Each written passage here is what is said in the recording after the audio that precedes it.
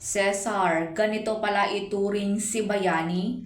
Umani ng samot-saring reaksyon mula sa netizens ang revelasyon ng komedyanteng si Bayani Agbayani tungkol sa action star na si Cesar Montano. Sa mundo ng showbiz, hindi na bago ang pagkakaroon ng matibay na pagkakaibigan sa pagitan ng mga artista. Ngunit kakaibang samahan na Cesar Montano at Bayani Agbayani, isang tambalan na pinaghalo ang karisma at kahusayan sa pag-arte ni Cesar at walang kupas na talento sa pagpapatawa ni Bayani. Sa mahigit 2 dekada nilang karera, parehong nakapag-iwan ng marka ang dalawa sa kani-kanilang larangan. Si Cesar, kilala sa mga award-winning films at action dramas, ay isa sa mga itinuturing na haligi ng pelikulang Pilipino. Samantala, si Bayani ay nakilala bilang isa sa pinakamahusay na actor-comedian sa showbiz. Ngunit hindi lang sa trabaho nagsasama ang dalawa. Maging sa personal na buhay, kitang-kita ang closeness nila. Sa dami ng proyekto nilang pinagsaluhan mula Kaya ni Mr., Kaya ni Mrs., hanggang Type Kita, Walang Kokontra at Hostage, nabuo ang isang pagkakaibigang parang magkapatid na. Pero sa likod ng tawanan at mga masasayang alaala, may isang kwento pala na muntik nang magbago ng lahat. Isang insidente na ayon kay Bayani ay halos maging katapusan na ni Cesar. Sa YouTube channel ni Maricel Soriano ay kinuwento ni Bayani na pansamantala siyang tumira sa bahay ni Cesar habang ginagawa pa ang sarili niyang bahay.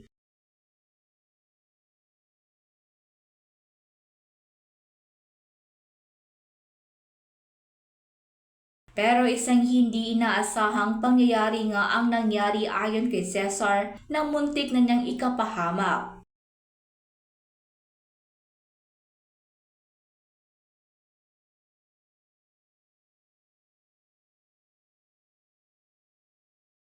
Ikinuwento nga ni Bayani na napagkamalan niyang magnanakaw si Cesar nang umuwi ito ng madaling araw.